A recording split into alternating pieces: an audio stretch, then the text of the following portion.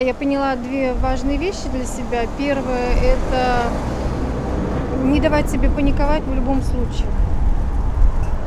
Нужно настроить свой мозг, отключить эмоции. Я человек очень эмоциональный, но в таких ситуациях, когда только на себя можно полагаться, значит, эмоции отключаю и советую всем, чтобы вот задача есть выйти, значит, нужно остановиться и понять, что делать. Несколько вариантов сделать.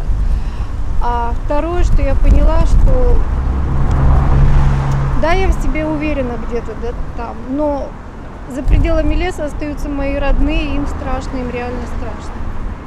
Потому что, когда я вышла, я это очень хорошо поняла. И свое легкомыслие